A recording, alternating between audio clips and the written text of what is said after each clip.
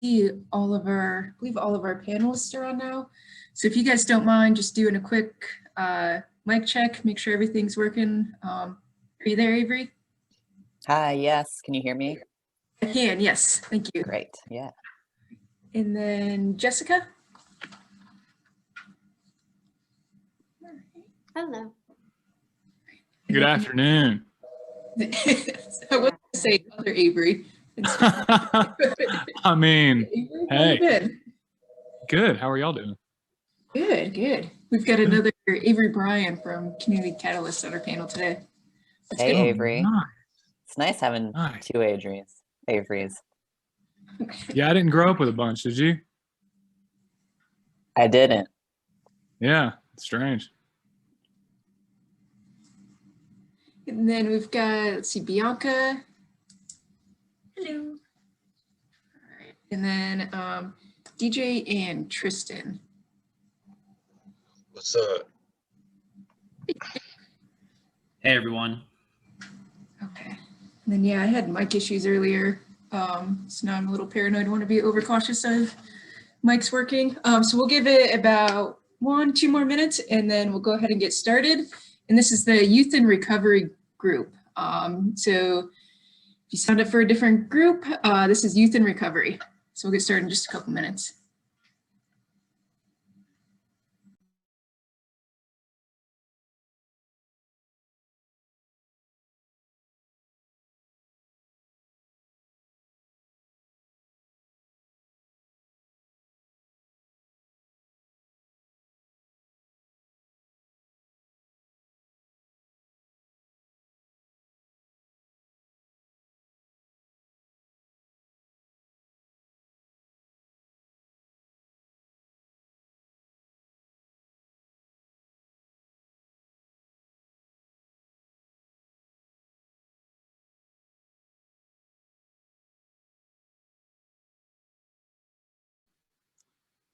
You know, it's funny. I feel like like the profile photos of people, and they're like staring at me. I feel like they're actually real sometimes.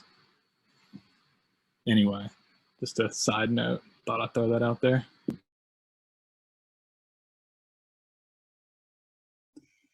It's like when you were a kid, you know, and you're like walking by like a picture, and you like think they're looking at you.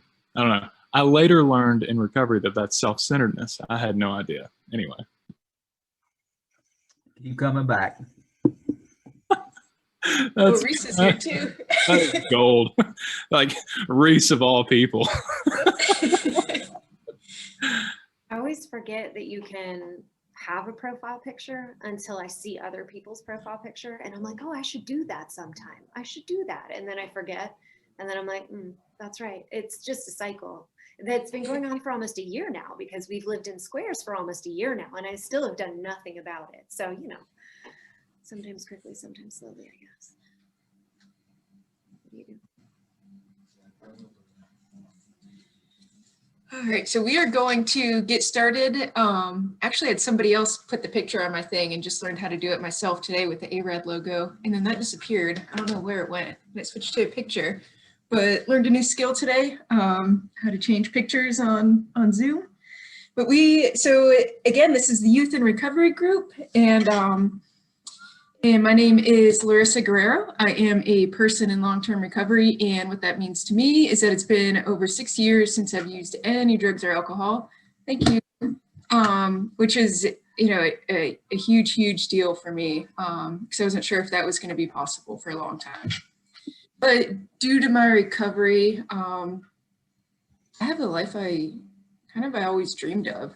So I got married about a year and a half ago, and I'm back in school working on a master's. I work full time. I show up to work. I show up for my friends and my family and just do what I can to give back today.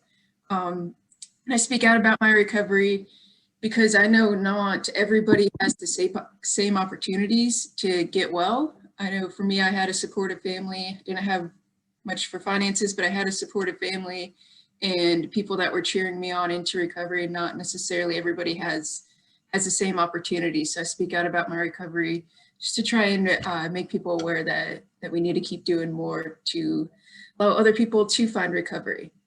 So I actually was 27 when I entered my recovery. So I guess I was a young person then. I think one of the things that held me back for a long time was that I thought sober life would be boring. I didn't want to sit around and do nothing all the time. I thought I was having fun in the life that I was living until I wasn't. And so I was afraid that if I got into recovery, it wouldn't be fun. But I actually found the opposite of that. It's a lot more fun when I wake up in the morning and I'm not hungover all day, or I'm not withdrawing, or I'm not searching for ways to get high or continue using. I get to go out and go hiking or climbing or go for walks or travel and do all these exciting things. And I think, honestly, if it wasn't fun, I'm not sure I would have stayed in it. So I continually try to find ways to make sure that it's enjoyable and that I'm creating a life for myself that I feel like is worth living. And so, everybody has different reasons for why they enter recovery, why they stay in recovery. And then all of our, different demographic factors, they play a difference in that, or might play a role in which pathways we decide to choose. So it's going to be different completely for each person. And today we have some awesome panel members with us today. We've got, I'll let them introduce themselves. And we're going to go through some questions, and then if you guys have any questions, anybody from the audience have any questions, please feel free to put them in the chat box. Panel members, if you see a question or ask a question to another panel member, you want to jump on and provide an answer as well, please feel free to do that. Hope it is for this to be more of a conversational session. I'm going to help keep the conversation going, but I'm going to stay mostly in the background, and hopefully we can hear things that you guys have to say. So we're going to start it off with, if everybody can do, all the panel members can do just a short introduction, who you are, where you're from, what you do, that kind of stuff. So I'm going to go ahead and start with you, Bianca. Goodness, okay. I was hoping at least to be second or third. So hi everyone, my name is Bianca. Last name is pronounced Lamberto. I'm still getting used to it. I just recently changed it. So that's been fun. A lot more paperwork than I was expecting, but that is kind of part of what recovery's given me. So I've been in recovery for a little over 4 years now. And in that time, I've gotten married. I live in a house. I have 2 dogs that I call meatballs, but they're definitely not small dogs. They're like 80-pound creatures. I finished school. I have my bachelor's degree and getting ready to start my master's degree. A whole lot of things have come out of my recovery that I'm super, super grateful for. And excited to be here today and to be able to answer some questions, and looking forward to today's discussion, because it's always fun being young in recovery when people get to look at you with kind of a raised eyebrow and wonder, so what's up? So I'm excited to hear everybody's story. Awesome. Thank you, Bianca. And next we have DJ. Do you mind introducing yourself, DJ? What's up, everybody? My name's Dwayne. I'm a person in long-term recovery, and it's almost been 5 years since I felt the need to use any mind-altering drugs to change the way I feel. And I speak out because I can remember being in my youth and kind of being embarrassed, feeling like a loner about the whole substance use that I was going through, and I didn't want to tell anybody about it because I felt like I was going to be judged and have all those stigmas attached to me. So now I speak out for those who feel like they don't have a voice. And as a result of living a life of recovery, I'm a son, I'm an uncle, and I'm just a decent human being. And I do what I need to do now. And that's all I got. Awesome, thank you. And next, Tristan, can you introduce yourself, please? Yeah, sure. Hey, I'm Tristan. I'm from Charleston, South Carolina. I'm also a person in long-term recovery. It's been about a little over 5 years since I felt the need to use any mind or mood altering drugs. Life in recovery has been a big adventure for me. I've done a lot of things that I didn't think were possible. I'm working on my doctorate right now in clinical psychology at Georgia Southern University. And that's been pretty tough, but my recovery's definitely made it possible for me to do stuff like that. I was telling someone the other day, like back before I started my recovery journey, like I couldn't even like focus long enough or like keep it together long enough to like read a paragraph. And now I'm, working on becoming a clinical psychologist, which is, so wild to think about.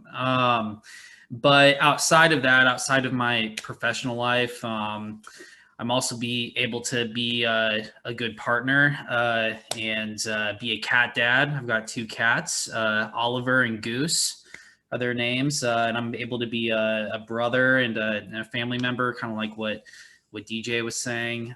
But yeah, happy to be here, and I'm happy to answer any questions. Thank you, Tristan. And next we have Avery Bryan. Would you mind introducing yourself, Avery? Yeah, of course. Hey, everyone. My name is Avery Bryan. I am originally from New Hampshire, currently living in Salem, Massachusetts with my partner. I work at Community Catalyst, which is a partner of the Georgia Council, and I'm really grateful to be here today with all of you.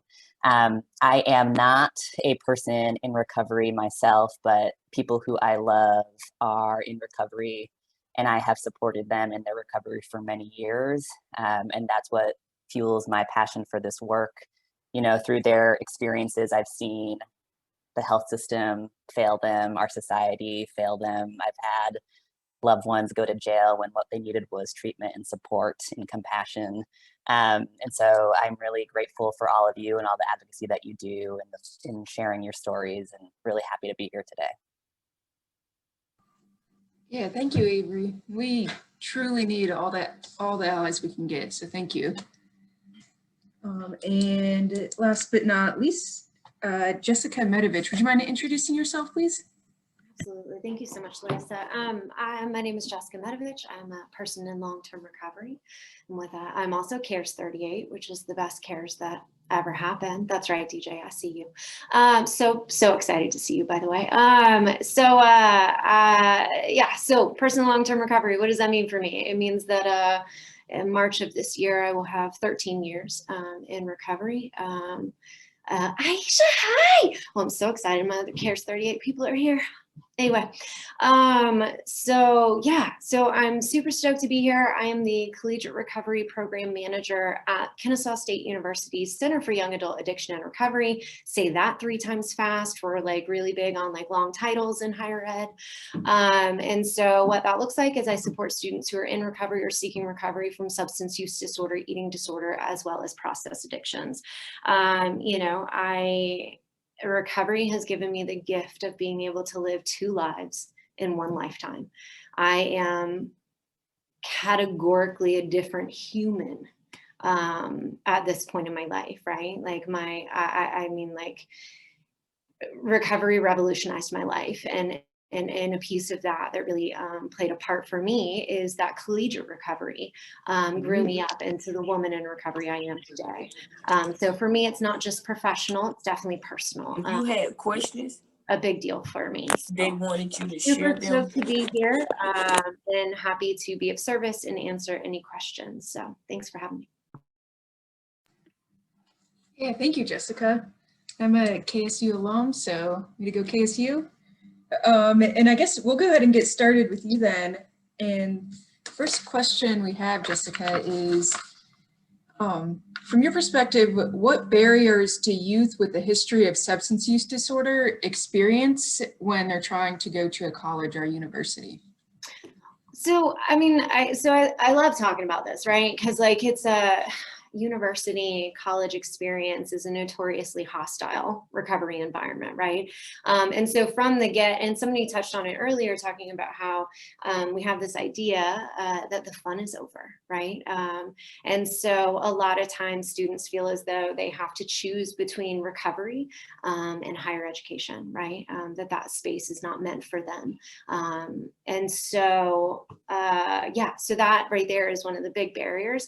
Oftentimes academic distress is a really big barrier. I don't know about y'all, but it's not like I was doing like making really solid grades in high school while I was active in my substance use disorder, right? Grades weren't a super priority.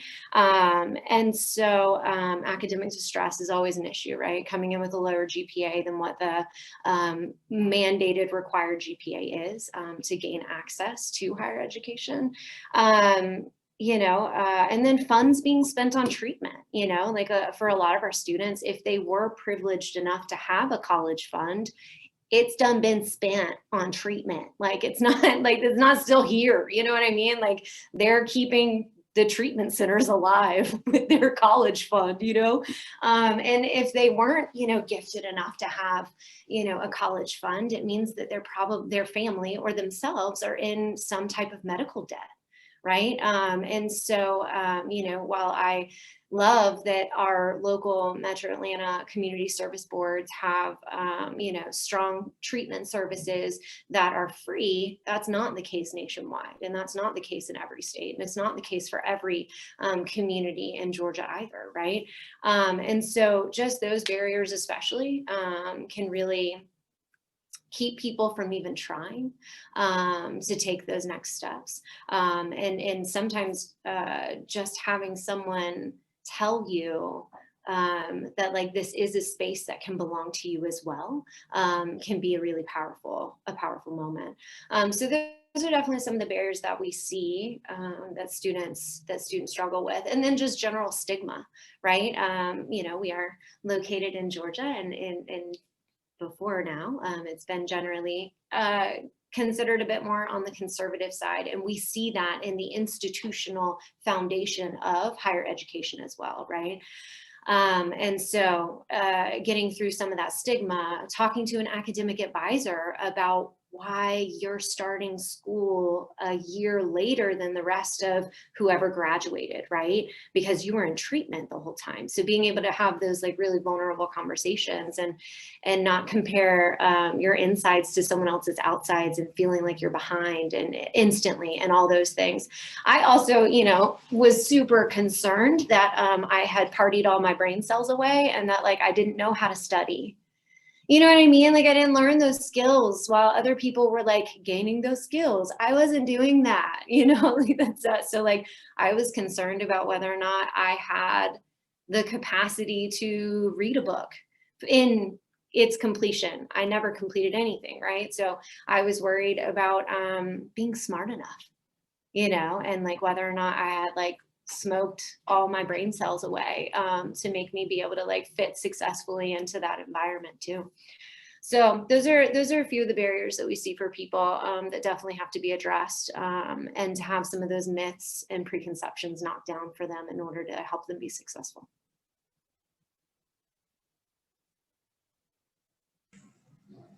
There was so much of that I resonated with, like that hit home, like the worried that I smoked all my brain cells away and am I going to be able to keep up with my classmates? And it sounds silly hearing it out loud, but like I've asked myself that so many times. So thank you for like saying some of that stuff out loud. And I love what you said too. This is a space that you that can belong to you. I think that's really powerful for those of us in recovery, recognizing that colleges, universities, whatever it is we have a passion for doing, it is a space that can belong to you. So I just wanted to thank you for that, Jessica. Absolutely. And then we have I'm going to go on to another question for DJ, and then I'm going to come back to Lydia's question in the chat box. So DJ, question for you is, if you started experimenting with substances at an early age, were there any challenges that made it difficult to realize that abstinence from drug use or recovery was in fact an option? Well, when I started, so I got I got injured and running track, and that's how my journey started. And the minute that I felt that, it was like I found a solution. I gained confidence. I was 2 feet taller. I was bigger, everything. I could talk to people. I could dance, all of these things. And I believe that my consequences, they like, they weren't bad. So I didn't see the need to make any changes. And also, it got to a point where drug use was past the fun stage, and it got to the point where my priorities changed, where drug use was at the top and everything else followed behind it. And I needed the drug use in order to feel normal, to study, to go to school, to talk to people, everything. So that was my solution, and I found it hard to admit that to anybody just because of all the stigmas and the peer pressure and everything. And just coming from African American community, it just seems like God is the answer for some reason. And I didn't feel comfortable talking about it with my parents either. So in my head, I thought it would be strong if I didn't tell anybody, and I tried to figure it out myself. And of course, that caused me another 9 years of substance use. So there was no, I didn't see a way to find the answer because there was nobody I could relate to. So yeah.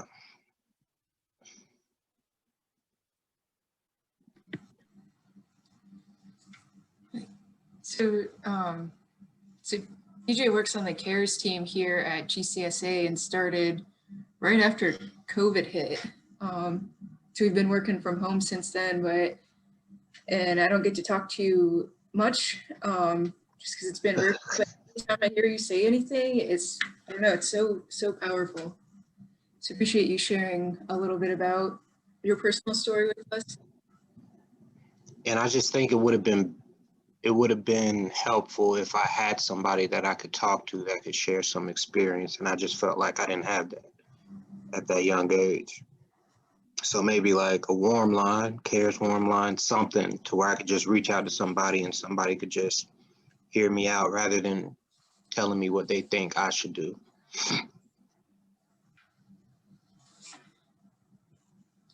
So if I can kind of expound upon that, DJ, another question I have is if a parent, or I guess let me word it this way. So what is, like, I understand that you kept using for 9 years afterwards, you're afraid to tell anybody, but are there any things in particular that maybe your parents or somebody could have said to you that would have made a difference, or was it mostly just somebody to listen, or can you just explain? Well, my parents, eventually they did say stuff to me and none of it worked. It worked when I finally found somebody that could share experience honestly. Other than that, people tried.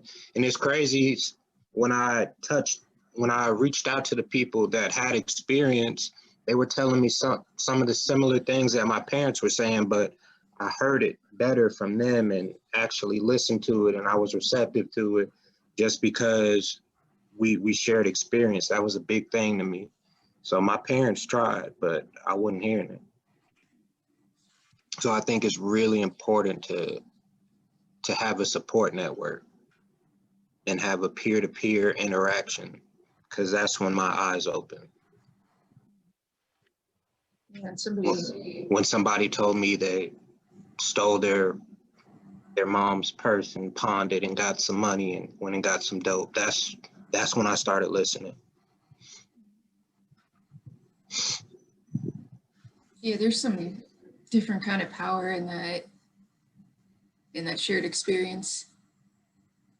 You know, I used to think my parents did not know anything at all. I thought they were just like on another world, didn't get it, didn't understand. And like you said, they said a lot of the same stuff that other people said, but it took hearing it from somebody that shared similar experiences for it to really resonate. So thank you for that. I'm going to come back to Lydia's question in the chat box. And anybody can answer this, but how can RCOs better engage young people who might need to know about recovery?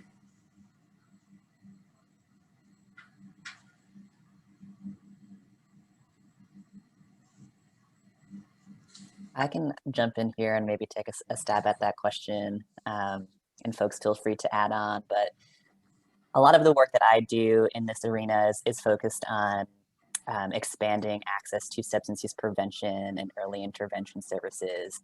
So really kind of speaking to what DJ or Dwayne was just saying, that young people so often need someone to talk to, but there's no one who's willing to have that conversation with them, who they trust.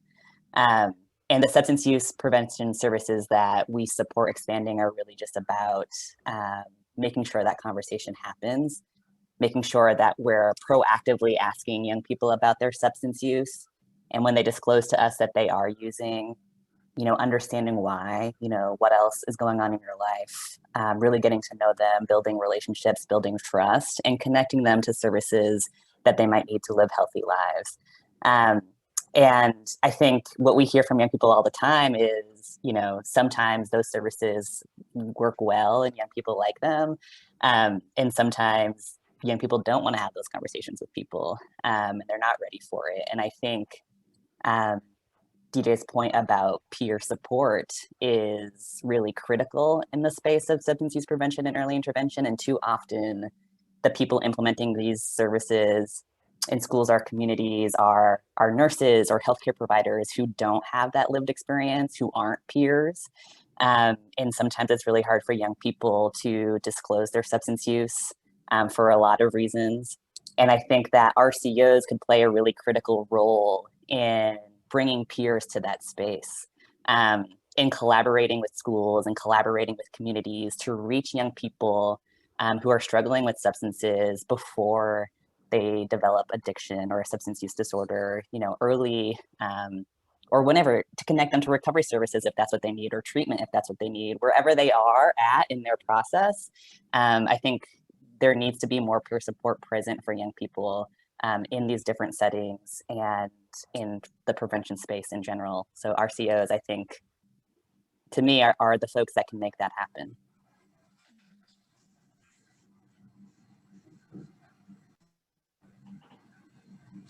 Yeah, I think you brought up a lot of great points, Avery. I think one of the things with that too is that even if it's not RCOs and peers working at RCOs providing direct one-on-one support, it can at least start with providing education. So if the RCO goes to the local schools and says, hey, we have this presentation that we do about the brain science of addiction, we'd like to maybe share a recovery story with your students. Maybe starting from that point and just showing your faces there, and start, like you mentioned, Avery, building that trust, because it's a process, even with peers. It can be a process of building trust. So I think starting with something broad, and then maybe eventually breaking down those barriers at the school and being able to provide peer services at a school. Because those kids, man, I was doing peer support at a high school for a short period of time, and they were not afraid to talk. Like, they told me things like right off the bat that I was not expecting, and a couple of times I got caught off guard with just how much they wanted to speak and like wanted to talk about real things. I think as we keep hearing the need is there, I think peers can definitely play an awesome role in that, primary role in that too. So thank you, Avery. I'm going to ask Tristan, bring you into the conversation as well. Question for you, Tristan, is how has, a little bit more personal, how has your recovery impacted your relationships with those around you? Yeah, that's a good question. And I'm trying to think back to when I was like in high school and everything, and kind of my my substance use really started. it progressed really quickly for me, kind of when I was about 15. And pretty soon it was, you know, I wasn't really aware of like stigma at the time because like substance use was so pervasive throughout my peer group. And I was just surrounded by it all the time that it was just kind of like my normal. And I didn't really, you know, in all my relationships, like were based on substance use. And the other relationships that were, you know, could have been more rich and meaningful pretty much like fell apart. And so like basically like substance use and using it as a way to like connect with people was so normalized to me for like the longest time. I thought that's just what people did. And now as I've, you know, been, you know, in my recovery journey for 5 years, you know, and I've been kind of like lately I've been reflecting a lot on like recovery capital and like the resources that have been, you know, made available to me, like especially involvement in the Center for Addiction Recovery at Georgia Southern and like having that social support. But I'm just in a place now where I can actually invest and understand the importance of developing meaningful relationships and with my partner, with my family, with my cohort members at school. And before, you know, I think for me, it was just everything involved substances, and that was my normal. And I didn't realize that, you know, I was like killing myself, like really slowly over time. So anyways, I think I kind of went on like a tangent there, but I hope that answers the question. No, it does. I can tell you're passionate and excited about this topic for sure. I mean, it's true. I think about it, what's the point in doing all this if I'm just going to do it alone? Like that whole saying, like happiness is only real when it's shared. So like building those relationships and sharing those happy moments and being able to have people to go through this process with definitely makes it more enjoyable and possible. So thank you, Tristan. And Bianca, we've got a question for you next. And the question is, what motivated you to seek wellness at a young age? That's a good question. So for me, kind of like DJ, which I had no idea until now, my kind of substance use spree it happened after an injury from track as well. And so something that motivated me was sort of a couple things actually. So substance use it's very prevalent in my family tree, family history. You know, there's plenty of people that we would always be like, oh, so-and-so's at it again, or here they go again, like they're whatever, lost cause, they're just gonna do what they're gonna do. So it was always there. And for me, like in high school, I did my best to kind of not, I guess, separate myself from it. Like, oh, that's my family's thing, that's not me. So I was, you know, in high school, an athlete that would show up an hour early to practice and leave an hour after everybody else. Like I just was like gonna pour myself into this sport and it was gonna be everything. And then first year of college comes around and I, you know, hurt my back and had 2 herniated discs and was just like not able to tie my own shoes and I couldn't walk down the stairs alone. And like everything that I had worked so hard to be strong and fast and, you know, able-bodied, all of that got taken away. And so having kind of a family history of substance use, that's sort of where I turned. But my motivation came from like once I kind of had a moment where I caught myself like, gee, this looks familiar. I looked at, you know, the lives of those family members, like, you know, I really don't want to carry this on until I look even more like them. If I can figure out a way to make it stop before it gets so much worse, like I've seen it get worse, then why not try it? Like, why not figure something out and at least make an effort at it. And so not only, wanting to sort of break that generational cycle in a sense, but kind of get back to who I felt like I was like, and that's not just the physical ability of being able to do things, but like having that confidence in myself and feeling like I, if I want to do something, then I can do it. And so with that, I kind of started, and at least, it wasn't that easy. I was kind of like, what am I doing?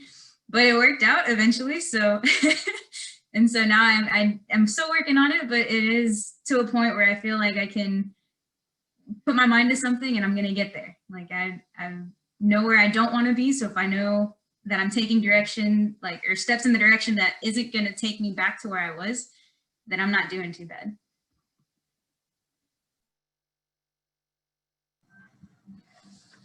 Yeah, that's awesome. And progress, not perfection. I think that's one of Jill's favorite terms. And how cool is that to see somebody else going through something, or see a family member going through something and decide, oh, I don't want to do that, and then not do it.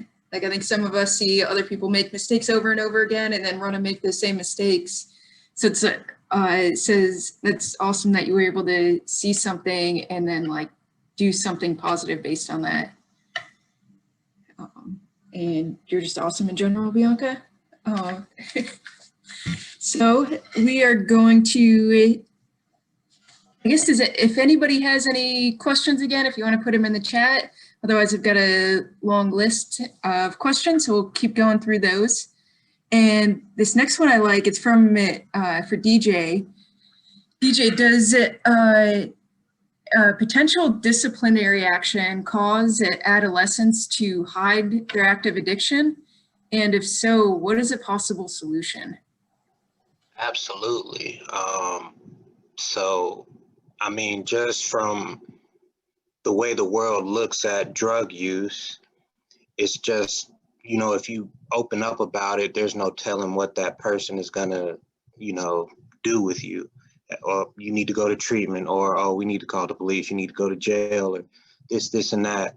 It's just got a really bad negative title attached to it. And I think just like in school systems, if there was a middleman to kind of slow down the process of just going to the extreme, because I think about if I were to have a stomach ache and I told somebody, they'd be like, oh, okay, here, Pepto-Bismol. Instead of being like, wait a minute, why are you having a stomach ache?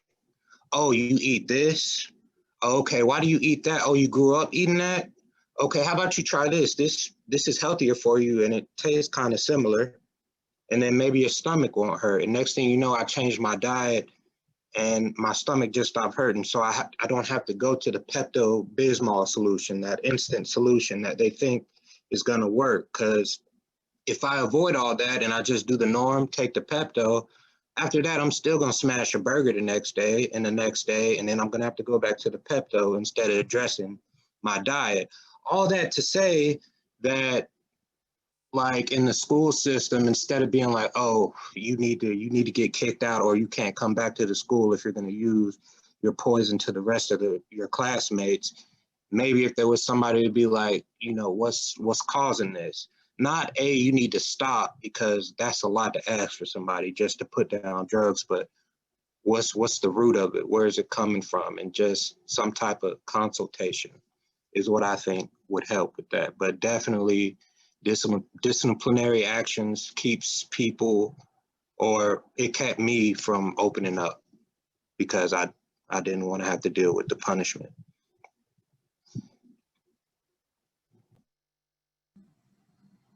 That's a great analogy you use too, with the Pepto and the burgers and diet. Great analogy. Does anybody else want to add to, the other panel members want to maybe respond to that question? Yeah, I'll jump in just to add to what DJ shared. The issue of school discipline is something that we focus on a lot, and increasingly so, because as we've seen successes in schools starting to implement youth substance use prevention services that are supportive, we've seen that issue play out that DJ just spoke to, right? So an example is in Massachusetts, Massachusetts became the first state in 2016 to implement Youth Expert in all middle schools and high schools, which is supposed to be a supportive approach to young people who use substances, seeing substance use as something that is a health issue and not something that should be punished or criminalized. But as those services were expanding, schools weren't shifting their culture or their broader response to substance use. They weren't changing their disciplinary policies. And so in the same school, one day a young person could be asked by a school nurse, tell me about your substance use so I can, support you. And the next day or the day prior to that, they were punished by someone else and threatened with suspension or expulsion or removed from a school team, a sports team. And that really creates an environment where kids don't want to disclose their substance use because they don't trust who they're talking to or the context that they're in. And so as we are doing this advocacy work to expand these services, we're also talking to schools about the need to make that broader culture shift. We can't keep seeing substance use as something that is punished. It's a health issue. It's about connecting with young people, asking them what's going on in their lives, and getting to the root causes and making sure that they have what they need to live well and healthy and thrive and reach their full potential. And you can't have it both ways. I mean, I think we're in schools across the country, people, and especially kids of color, have, there's more law enforcement and cops than there are school nurses, than there are mental health professionals, than there are social workers, than there are people who can support them. And so I feel like as a society, we need to shift away from these punitive models and towards building communities of care and support, and especially to substance use, but in general. And I was just to kind of contribute to that idea of the school to prison pipeline, right? It just continues to exacerbate as we go into higher education, right? So the financial aid impacts as a result of the financial aid repeal that happened in 2000 and took away financial aid eligibility for those who had convicted criminal history that's drug related. I mean, it just continues to exacerbate to not have the continuum of care and to be a recovery ready environment with the legislation as it currently stands. And while we've had some changes since 2000 that has helped to at least make it more accessible for people to gain their eligibility back, we put up a great deal of barriers that extends past K through 12 to where it creates these lasting impacts, lasting effects to how people can sustain their recovery long term, right? Because we have empirical evidence that supports that any type of education, it doesn't matter if it's apprenticeship, it doesn't matter if it's community college, it doesn't matter if it's a 4-year degree, any type of education helps sustain long-term recovery, right? And so and access to higher viability for job and income, right? So we see these long-term lasting effects as a result of the education system as a whole not taking this continuum of care related type of aspect with substance use disorder and looking at it from a mental health crisis as it is. And then we see the further disparities of, of our BIPOC populations that have greater impact to how, the targeted populations are, further criminalized than the white population, right? And how those systemic things that continue to impact, right? But yeah, I mean, we've made some movement with those kinds of things, but 100% the financial aid, provision that is a penalty should just be repealed 100%.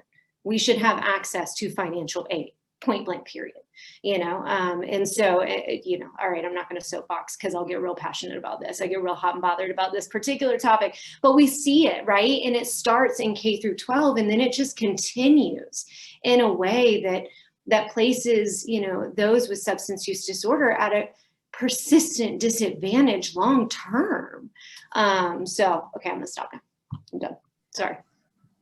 I get People are set up for failure, and then everybody's shocked when somebody fails. Like, it is it. But yeah, so question in the chat box. First, I appreciate all the answers on that. Avoiding getting on a soapbox on that too. I appreciate DJ coming up with that question and the responses you guys gave for that. So we're going to go to the question in the chat box from Jasmine. Jasmine asked, what can be some barriers?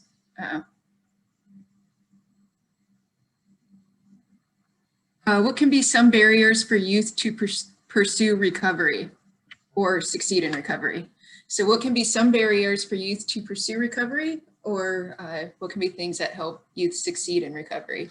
And anybody that wants to jump in on that from the panel.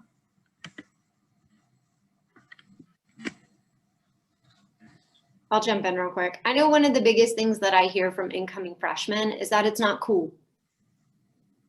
And this also goes back to like that question about RCOs and how you can better support youth in recovery.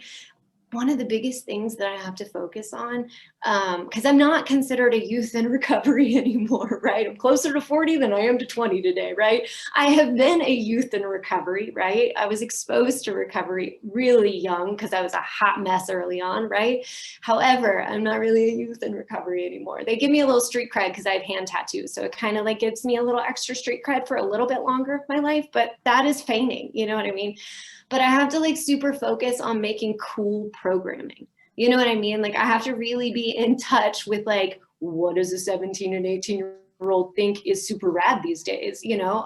And so like making programming that is really intentional to make recovery look fun and cool is like one of the biggest things that I focus on a regular basis. And so that's one of the biggest barriers I've seen is this idea that it's not fun and it's not cool. And nobody wants to be different, man. Like you don't want to be different. You don't want to be that person in your high school that they're like, they're sober. You know what I mean? Like people get weird. And so, you know, that's like one of the biggest things is that safe space of cool and fun.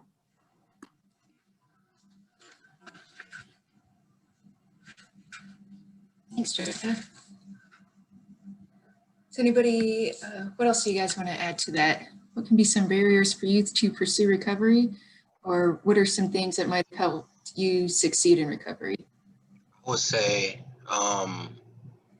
the lack of accountability. Like you can start the recovery journey, but like the continued support being in youth, like you could be on that pink cloud, everything's going great, but what's going to be put in place to where you can continue to succeed? So I would say continued support and like a strong support network, someone that could do check-ins with you and so forth.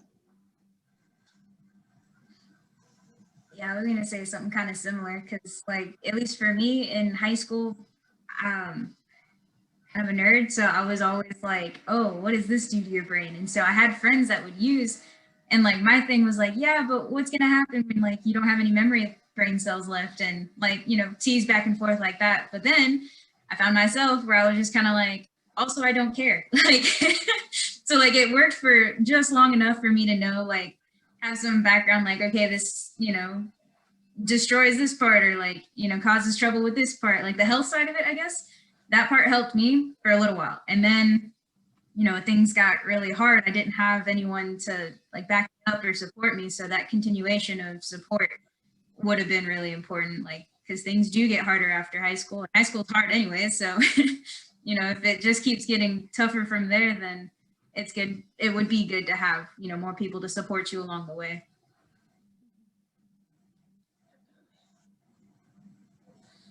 What do you guys think? Is it possible for a young person to use substances in a healthy way? So, and for this one, I mean young person like under 21. Is it possible for younger person to use substances in a healthy way. So I don't know if this is an answer. It might be like more questions. Because I've had this conversation with my younger brother, actually, to be totally transparent. Because, you know, he's on the side of a little bit of marijuana won't hurt in a sense. Like it helps my anxiety, helps me sleep, helps me do this, that, and the other. And then I'm on the side of, but if you could not, maybe that's better. Just, you know, like please. Because, you know, again, like your brain's not even fully developed till like the important part, at least till you're like 25. And so I'm 24 now and I'm still like, I'm like 12. So like, I know when you're young, you kind of feel like, oh, I can take over the world. And, you know, using stuff makes it feel like that's easier. But I'm kind of also, I'm more on this side than that side, but it is still a tough question because, you know, for some people, maybe it does help with their anxiety to the point where they can, you know, get through a class or a conversation easier. But for me, my concern is more for like down the road effects, like just overall, maybe don't, I don't know. So with like the increase in like heroin having fentanyl in it and things being laced with different things, I think that it's a really dangerous bit of business to get into demonizing certain drugs over other drugs and creating like this hierarchy of, well, this one's not as bad, but this one's bad. You know what I mean? I think that's really, it's some hard messaging to get into like, well, you could try this one safely, but this one might kill you the first time, you know? And so I think that it's I just think it's a hard bit of business to get into the, well, what can you use safely and what does that look like? And what, you know, for me, I can tell you from my lived experience, no, I could not use anything safely. But then again, I would abuse things that didn't get you high just in case, right? I was one of those, like just in case it worked. So so I'm of the mindset that like, you know, education is really important, you know, and that's a pivotal thing in prevention work is educating people so that they can make the best decisions for themselves based off of the full medical model, which includes nature, nurture, intentions, body chemistry, like where you come from, like just all of it, right? Med interactions, like all of it. In order for people to make the best informed decisions for themselves. That's the approach I take too. Like my wife's little brother, he's 13. And so he's coming up on that age and just ask him occasionally, you know, are your friends smoking? Are they drinking? Have you been offered? Just like, not like accusatory questions, just asking what's going on in his life. And the approach I've taken with it, and who knows if this works, but it's always been just like a educational side of it. Like you said, Jessica, like here's, you know, and Bianca mentioned it too, like your brain's not developed yet. If you start putting substances into it now, it might cause, you know, differences to happen with the development part of it. And, you know, do your own research, see what your family history is like, and just make sure to educate yourself before you make that decision. So it's not a, say no to drugs, don't go near people that do anything, but it's just make sure you're educating yourself and you're making informed decisions on whatever you do. And there's a question in the chat box. How do you see the impact of the legalization of marijuana in different states impacting the issue of youths using? So how is marijuana legalization impacting youth substance use? And Avery, you might see this from being with a national organization. I don't know if you have, might be able to answer this one. Yeah, I think so far, based on like the studies and the data that I've come across, there doesn't seem to be an increase in youth use because of legalization. Youth were using, in the states that have legalized marijuana, youth were using it before it was legalized, and they're still using it at pretty similar rates. And I think that speaks to, you know, cannabis has been accessible in communities prior to legalization taking effect in these different states, and youth who want to use or feel like they need to use will find it. And the reasons why young people use aren't because it is illegal or legal, right? There's other reasons why people make a decision to use substances. So in terms of the use rates, we haven't seen a big impact. And I think this connects back to the question for me about school discipline, right? And the fact that we live in a broader society that criminalizes substance use and send people to jail and prisons instead of connecting them to the health services that they need or the other support services that they need. And as long as we continue down that trend, you know, it's hard to expect schools to make a shift if, you know, as a broader society, we're not making a shift. And I do think there's an opportunity in these legalization efforts to make it clear that substance use is a health issue. We don't need to criminalize it to address it or to support people who experience addiction. There is a more supportive way of a public health approach that we can be taking. And I think legalization can open the door to that. Curious what other folks think. Yeah, I'm right along with Avery because I'm not good with stats or anything, but in other countries, they decriminalize a lot of drugs and their overdose numbers are lower and so is their death rate. So I think it would be a benefit. And I agree with, I'm playing devil's advocate, but I agree with it. And also back to another point, you know, if I'm youth and I know that a grinder is going to get me years in jail, I'm definitely not going to tell you about the crack pipe that I'm using. So it just goes back to the disciplinary thing, just being able to get honest with other people. And I think it'll help out with that if, you know, if marijuana is legalized, people would be more open.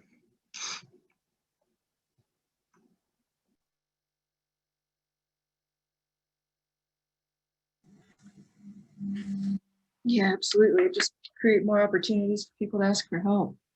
And we are coming up, we've got about 5 minutes left. So to wrap this up, I guess if each of you can take a minute and just leave us with anything closing that you'd like to say on the topic, whether it's, I don't know, whether it's a message to that you wish you would have heard when you were younger, or a message to your younger self, or a message to a youth, any kind of closing remarks. You want to take about a minute to do that each. And then also, before we close out, it's not too late. Sierra put in the chat box, it's not too late to sign up for other breakout sessions, and she put the link to do that in the chat box. So please sign up for other breakout sessions.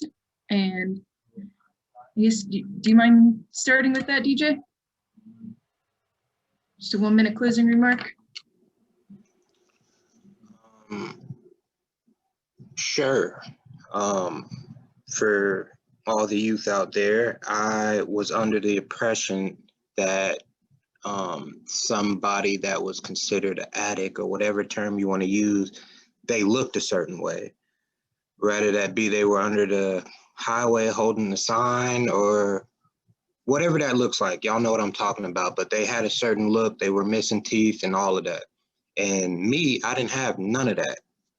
So I lived in a good family household. There were cars, they had money, everything was good. I was just doing a little bit of dope. So I just would say that don't think that the outside things determine if you have an issue with substance use, and let it be a interior thing. And you know, if your priorities, if you're putting drugs at the top and you know you need it to function and feel normal, that's a big thing. If you need it just to feel like you might need to reach out, and that could maybe start by the warm line that we put in the chat box. And that's what I would say. But they come in many different costumes. It's not just the person on the street.